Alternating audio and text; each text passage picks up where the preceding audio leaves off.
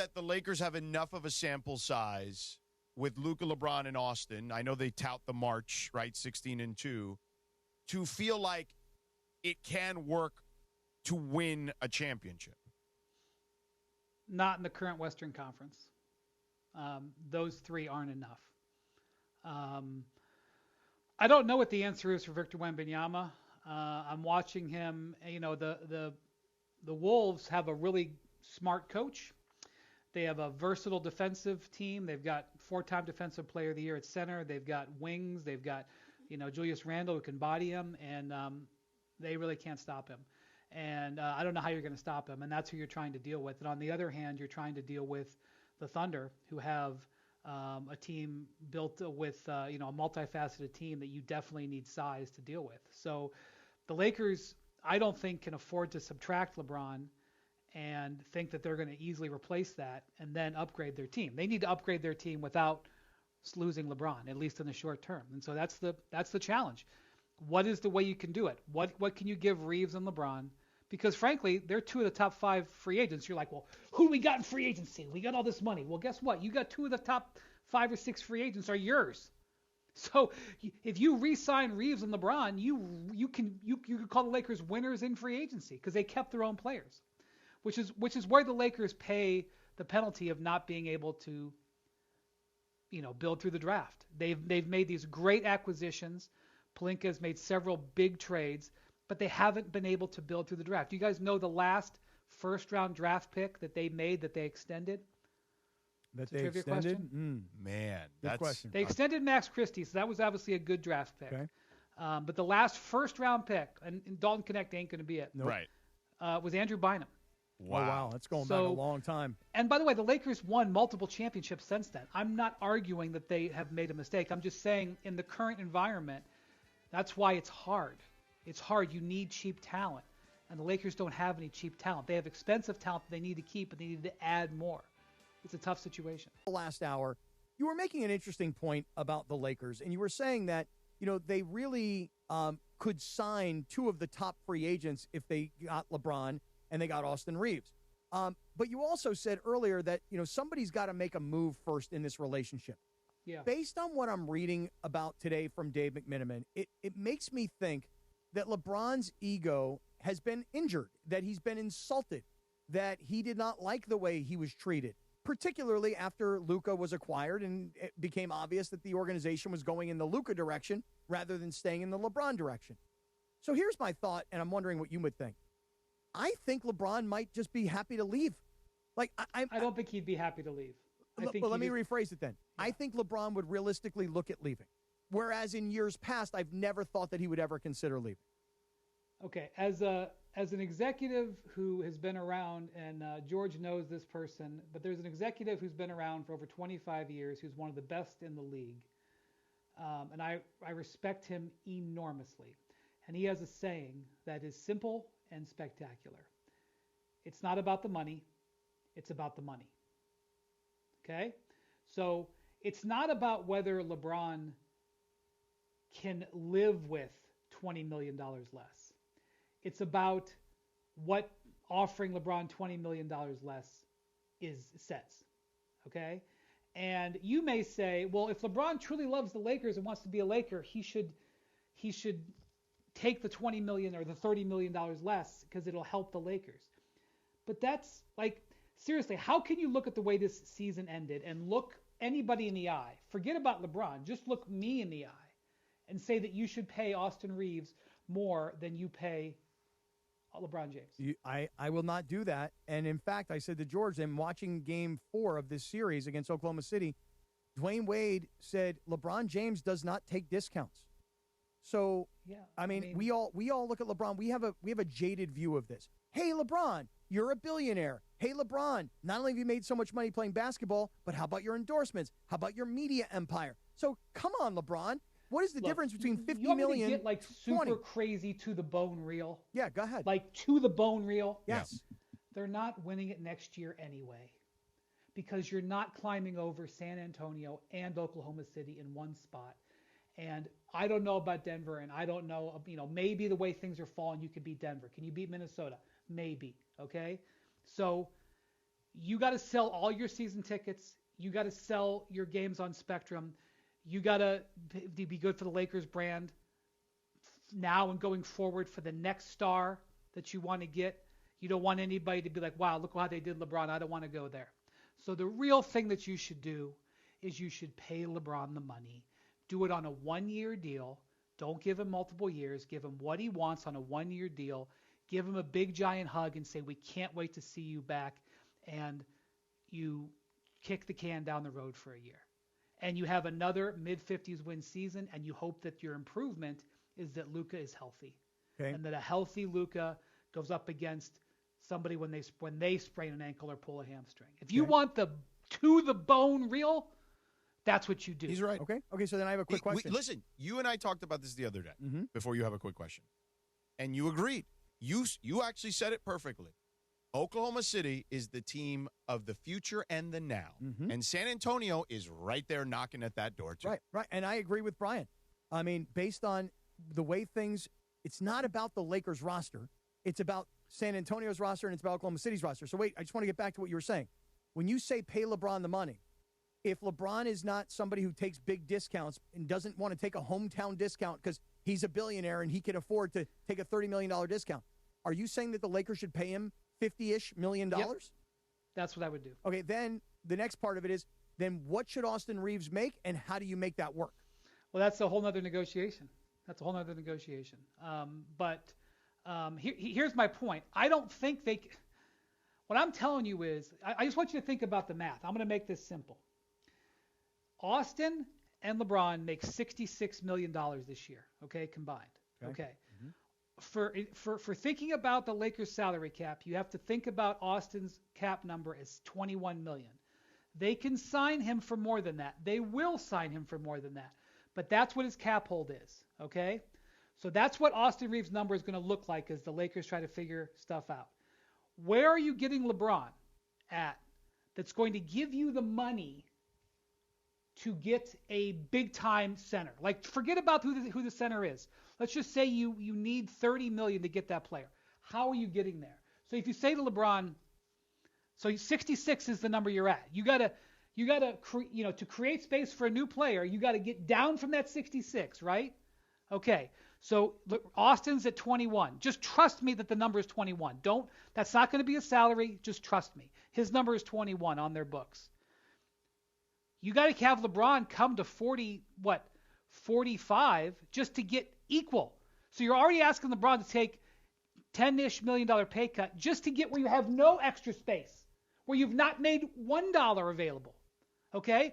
Now you need $30 million. Like, if you're going to go dream of going for Walker Kessler or something, you're going to need Isaiah Hartenstein or someone like that, right? You're going to need $30 million, $35 million, right? Yeah. So now you're asking LeBron to come down $20 more million, $30 more million? Are you crazy? He's not doing that. He'll walk somewhere else to play for less. And so what? And so how have you improved your team? You've just lost a top 20 player, and you've brought in what? You brought in a franchise center who won't be an all-star. So I say, pay the man his money. You're not clearing the space to get the two players anyway. Pay the man his money, and when the contract that you sign Austin Reaves to, make sure you can trade it. The contract you signed Rui Hachimura to, make sure he can be traded.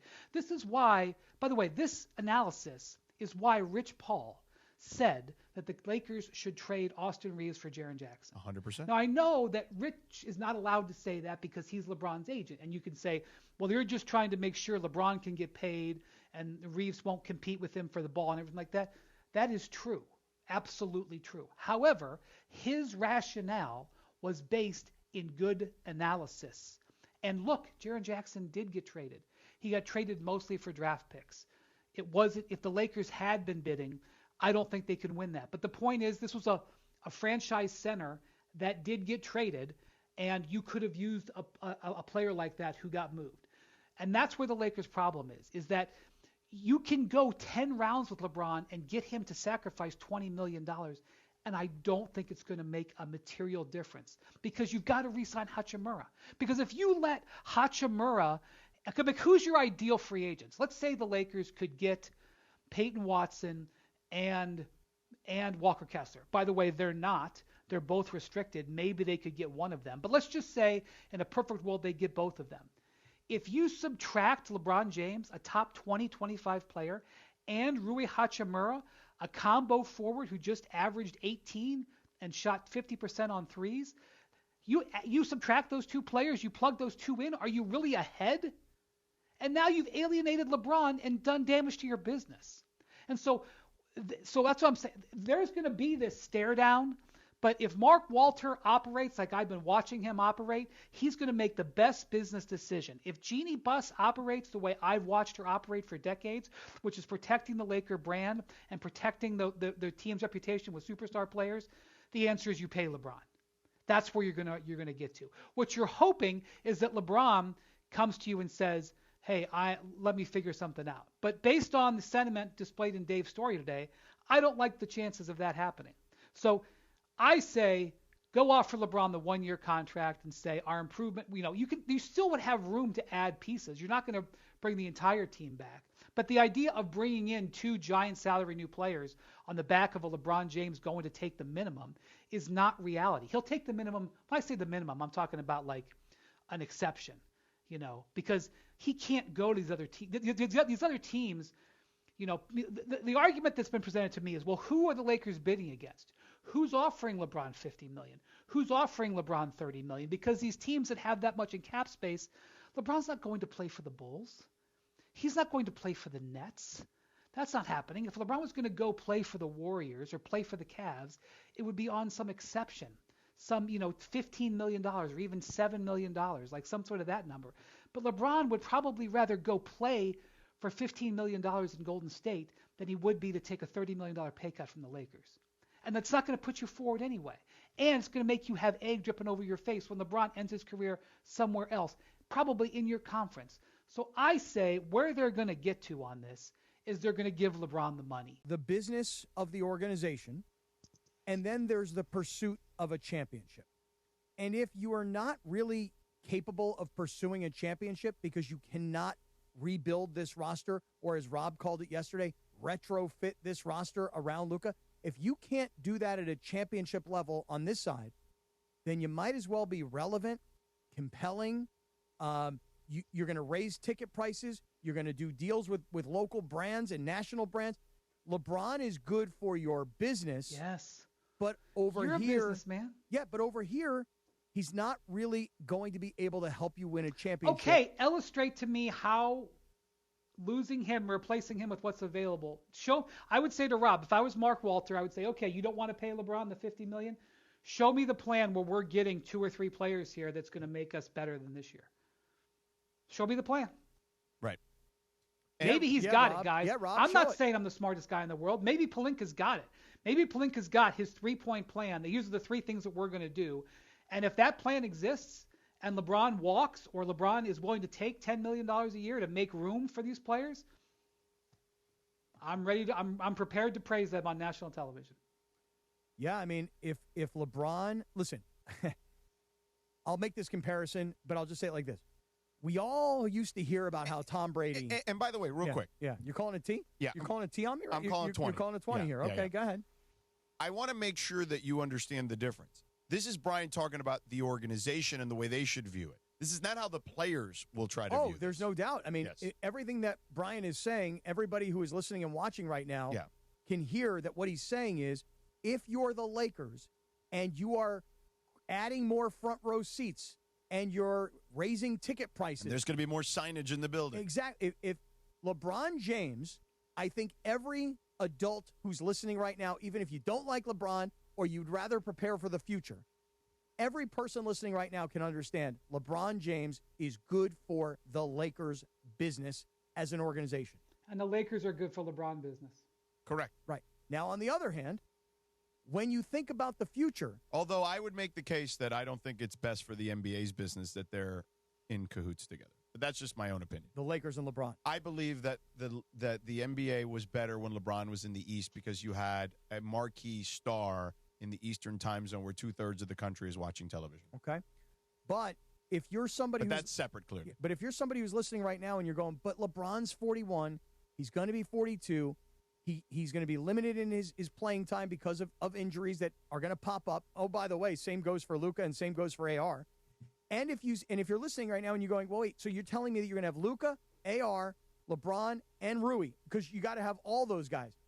How could you possibly get further than where you got this year? And even if you got to see San Antonio or Oklahoma City again, there's no way that this Laker team with that core can beat those teams. Cannot happen unless guys get hurt. Right. You have to have luck. Right. So from a business perspective, which has happened, 100%, it could happen.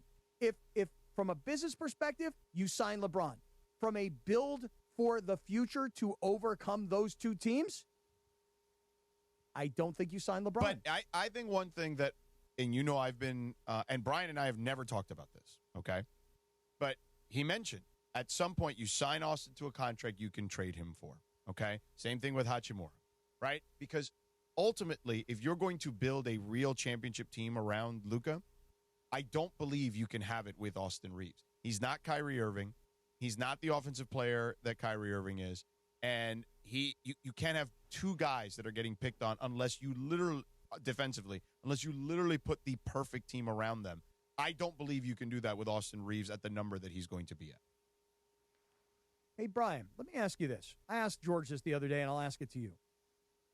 Forget about dollars and cents and numbers, okay, but just player for player, who would you rather have, Austin Reaves or A.J. Mitchell?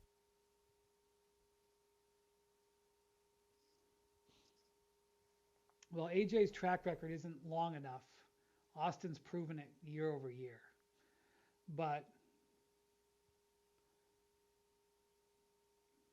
I mean, for team building purposes, it's a no-brainer. It's a no-brainer because A.J. Mitchell costs $3 million. Right, but you got to just take that out in this scenario. Can't. No, is Austin Reaves a better player right now? I think he has a much larger sample size, but I would rather have A.J. Mitchell. Well, A.J. Mitchell has proven he can be effective at both ends. Yeah. But I'm very cautious of crowning a second-year player. I just want to be clear. That's fair. Austin has proven over year. But what you're looking at is, if you look at the Thunder's team is built out with guys they either drafted or acquired on their rookie contracts, which is essentially like drafting them. And the Lakers are not. If you look at the Lakers, none of their players, essentially. I mean, if you want to give them Austin, that's essentially like that's kind of like a player they drafted because they got him out of the G League. So I guess I'll give him, Austin. But like if you look at the difference between the Thunder and the Spurs and the Lakers is the health through the draft. I mean, the Thunder traded for a couple of very important pieces. I mean, and they signed Isaiah Hartenstein. If you look at their starting lineup, right. Like they signed one of the guys and they traded for another. Yep. But Shea was kind of like a draft. And even he was Caruso, so young. Right, yeah. Caruso, they traded a lottery pick for Caruso. Yep. So, they traded a first-round pick for McCain. That's right. Same sort. By the way, the Thunder never trade first-round picks. Even though they have a million of them. And I think they've got two in this year's draft, like right in the middle of the first Clippers round. One, too. Yeah, they got two. They have 12, 17, and 34. And 34, by the way, is the spot they drafted A.J. Mitchell at. So I keep an eye on who they take at 34.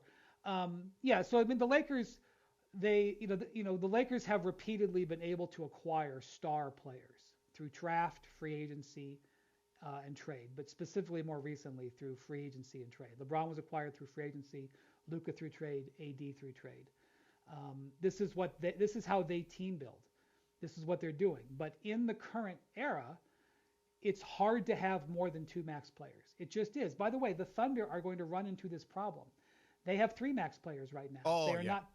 They are not paying them all the max yet because they're still Williams and Holmgren are still on their rookie contracts, but they are about to. And they will not almost certainly either not be able to keep those three guys together or they will have to trade or lose some of these high-level role players. The Thunder will not be able to stay together the way they are. And so The difference is the Thunder, as they are composed right now, are a championship team. The Lakers are not. But the Lakers, you need improvement from them. And I just don't see how you are taking LeBron or Hachimura or Reaves off this roster and being able to achieve meaningful improvement. Yeah. I think the Thunder will eventually trade one of them. I believe I know which one. Which one do you think? I don't want to say it. Okay, because listen. I don't know which one it is. So I want Chet. think, and they will get a boatload of picks for any of them, but they will get a king's ransom for the one I think they'll trade to. I just want a guy like Chet. But he's not the one. I'll take a guy like Hartenstein. Listen, bottom line is this: the Lakers. Anthony Davis was a really good player when he was healthy. And we all know that he wasn't healthy that much. And even at the end, he did play a lot of games in one of his probably the season before he got traded. He played a bunch of games.